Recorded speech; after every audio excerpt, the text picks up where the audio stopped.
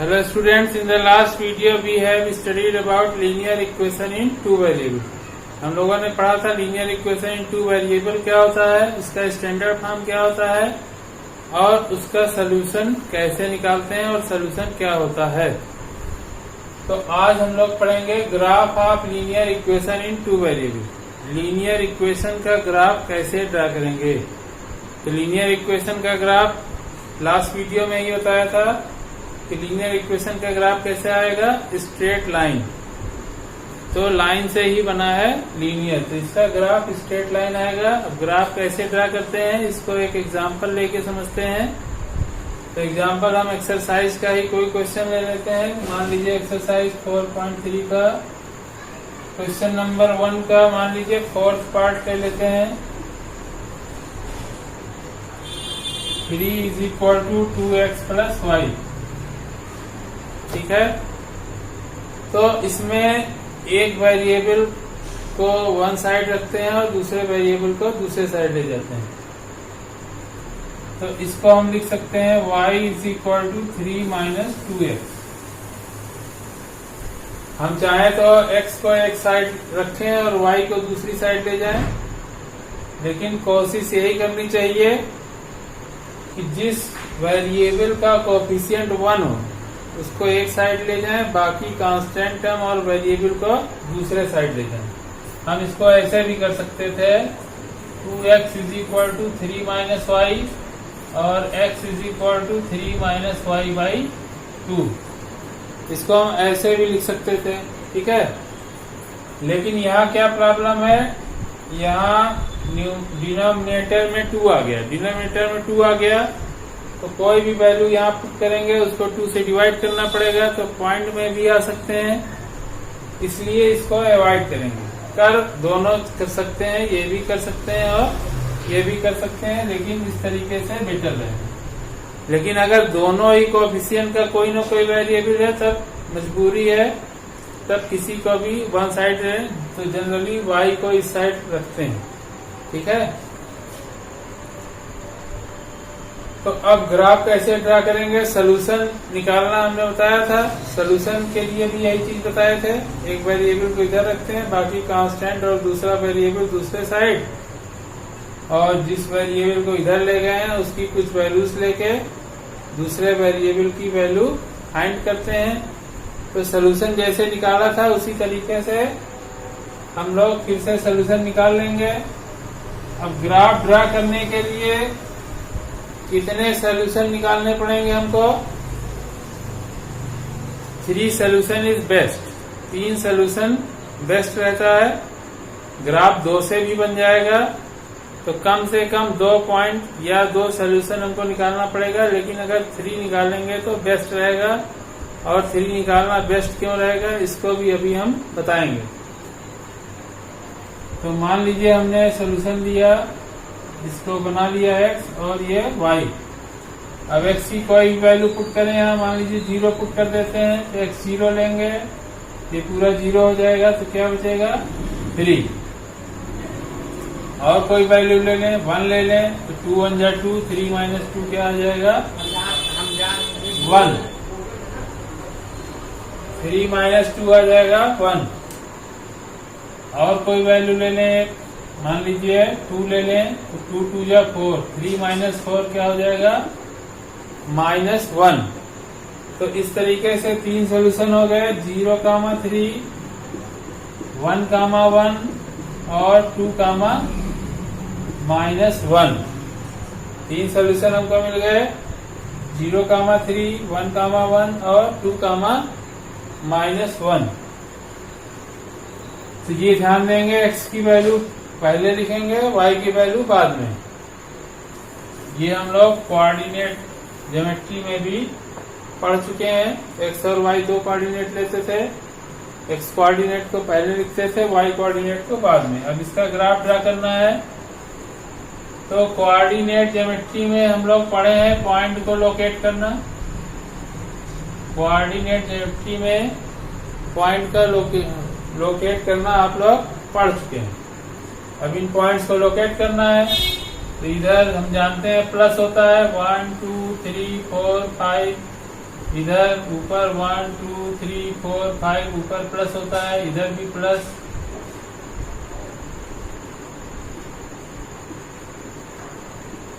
इधर माइनस होता है, -1 -2 -3 -4 सो ऑन, इधर भी माइनस होता है। ठीक है, तो x की वैल्यू इधर प्लस इधर माइनस, y की वैल्यू ऊपर प्लस नीचे माइनस। ठीक है, अब पहला पॉइंट है 0,3, 0,3 यानी x 0 और y 3। तो x की वैल्यू 0 कहाँ होती है? y एक्सिस पे। तो x की वैल्यू 0 और y की वैल्यू 3। ये पॉइंट आ गया 0,3। ठीक है, अब दूसरा पॉइंट है 1,1 यानी x1 और y1। x1 है उस पे y1 है, तो दोनों के सीध में ये पॉइंट आ जाएगा। ठीक है, अब देखिए 2 पॉइंट हो गया, तो 2 पॉइंट को ज्वाइन करें तो हमारा ग्राफ बन जाएगा। 2 पॉइंट को अगर ज्वाइन करें तो हमारा ग्राफ बन जाएगा। लेकिन हमने कहा 3 पॉइंट बेस्ट होंगे, तो बेस्ट क्या होंगे? अब तीसरा पॉइंट क्या है? 2, -1 यानी x2 और y -1, ये यहाँ कहीं आएगा। ठीक है, चूंकि ये ग्राफ पेपर नहीं है, ये बोर्ड पे ही बनाया है, तो इक्वल डिस्टेंस पे ये पॉइंट नहीं है, तो थर्ड पॉइंट यहाँ आया। तो अगर 2 पॉइंट से लाइन जा रही है और तीसरे पॉइंट से भी पास हो रही है, तब इसका मतलब हमारा ग्राफ सही है, नहीं तो गलत है। अब जैसे यहाँ मुड़ गया, इसका मतलब ये गलत है, लेकिन ये गलत नहीं है क्योंकि हमने बोर्ड पे बनाया है। ये जो डिस्टेंसेस है हमारी इक्वल नहीं है। ग्राफ पेपर पे बनाएंगे तो इक्वल डिस्टेंस पे ये सारे पॉइंट रहेंगे तो एकदम करेक्ट आएगा। तो इसलिए 3 पॉइंट लेते हैं, क्योंकि 2 पॉइंट कोई भी हमने ले लिया तो उससे स्ट्रेट लाइन बननी ही बननी है। तो अगर ये हमारे पॉइंट गलत भी हैं तब भी हमको पता नहीं चलेगा और हम ग्राफ बना देंगे और वो रॉन्ग भी हो सकता है। लेकिन अगर 3 पॉइंट लेते हैं और उनको लोकेट करते हैं, तीनों पॉइंट को, और ज्वाइन करते हैं, अगर तीनों से होके हमारी लाइन जा रही है, इसका मतलब हमारे तीनों पॉइंट करेक्ट है। ठीक है, तो इस तरीके से 3 पॉइंट लेंगे तो बेस्ट रहेगा। 2 पॉइंट से भी ग्राफ बन सकता है, 2 पॉइंट से भी बना सकते हैं।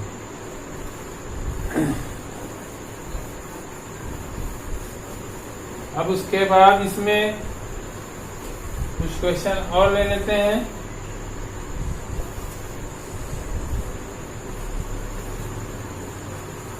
अब जैसे क्वेश्चन नंबर 2 है, क्वेश्चन नंबर 2 है, keep the equation of 2 lines passing through 2,14।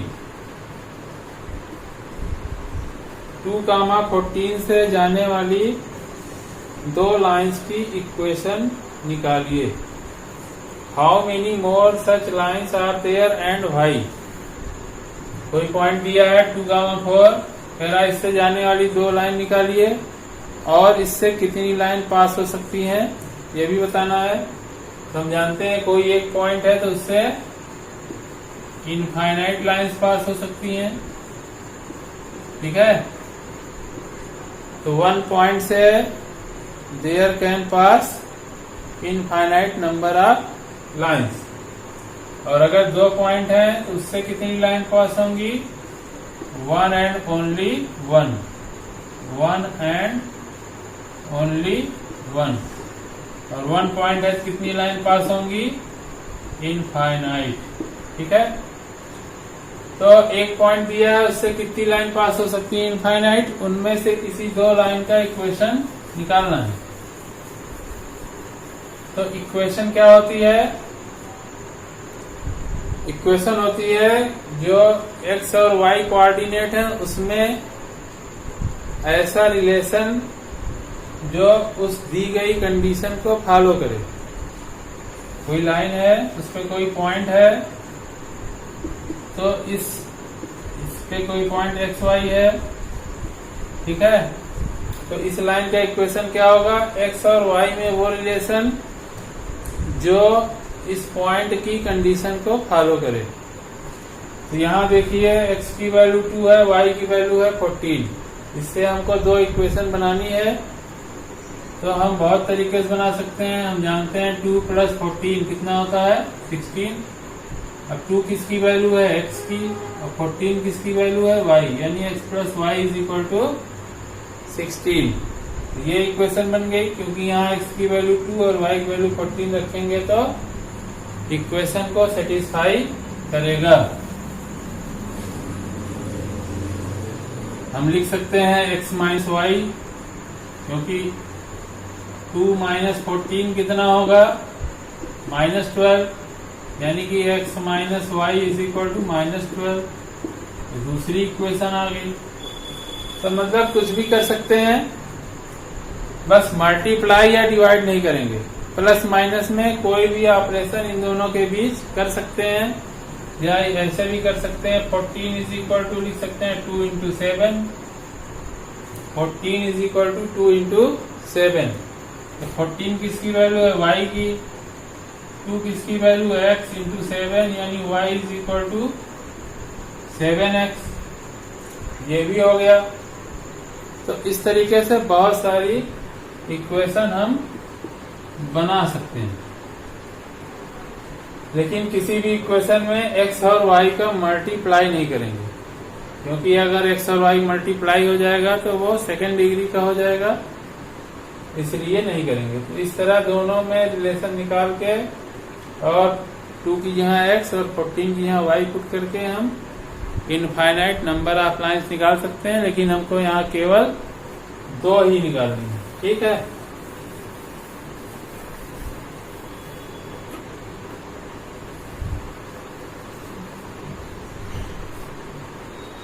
अब इसमें एक है question number 3। If the point 3, 4 lie on the graph of equation 3y = ax + 7, find the value of a। तो इस तरह के क्वेश्चन एग्जाम में जरूर आते हैं। इक्वेशन डिफरेंट हो सकती है, पॉइंट डिफरेंट हो सकते हैं, लेकिन इस टाइप के क्वेश्चन जरूर आते हैं। इसमें a की वैल्यू निकालनी है कब, if 3, 4 lie on this equation। एक लाइन की इक्वेशन भी है, कह रहा है 3, 4 इस पे लाई कर रहा है। 3, 4 जो पॉइंट है इस लाइन पे लाई कर रहा है। तो लाइन पे अगर लाई कर रहा है यानी इस इक्वेशन को सेटिस्फाई करेगा, और सेटिस्फाई करने का मतलब क्या हुआ कि x की यहाँ 3 और y की यहाँ 4 रखेंगे तो left hand side right hand side equal होगा। तो लिख देंगे 3, 4 lies on line 1, therefore 3 × y की वैल्यू क्या है 4, y की यहाँ पुट कर देंगे 4, x की वैल्यू है 3 + 7, हो गया 12 = 3a + 7। तो 3a = 12 - 7, यानी कि 5 हो गया, यानी a हो जाएगा 5/3। ठीक है। तो इस तरीके से a की वैल्यू हम फाइंड कर लेंगे। ये पॉइंट कह रहा था इस पे लाई कर रहा है, तो a की वैल्यू फाइंड करनी है, क्योंकि ये पॉइंट इस पे लाई कर रहा है, इस इक्वेशन को सेटिस्फाई करेगा। सेटिस्फाई करने का मतलब हुआ कि x की यहाँ 3 और y की यहाँ 4 रख दें तो लेफ्ट हैंड साइड और राइट हैंड साइड इक्वल होंगे। Now question number 4। अब क्वेश्चन नंबर 4 में है, कह रहा है कि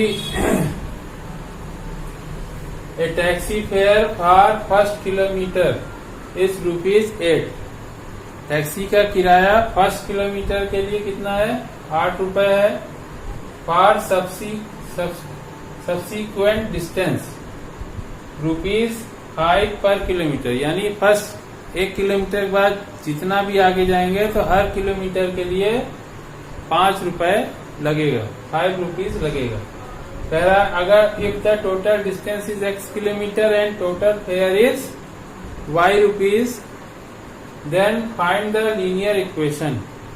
तो इसमें एक लीनियर इक्वेशन हमको फाइंड करना है। तो कैसे करेंगे, जैसे मान लीजिए टोटल डिस्टेंस हो गई हमारी यहाँ से यहाँ तक, पॉइंट ए से बी तक गए हम। टोटल डिस्टेंस कह रहा है x किलोमीटर है, ठीक है। अब यहाँ मान लीजिए पॉइंट सी तक 1 किलोमीटर है, तो 1 किलोमीटर का फेयर कितना है, ₹8। यहाँ का जो किराया है 1 किलोमीटर का ए से सी तक जाने का ₹8 है। अब उसके आगे कितनी डिस्टेंस बची, टोटल डिस्टेंस x थी, 1 किलोमीटर निकाल दिए तो क्या बची, x माइनस 1 किलोमीटर, ठीक है।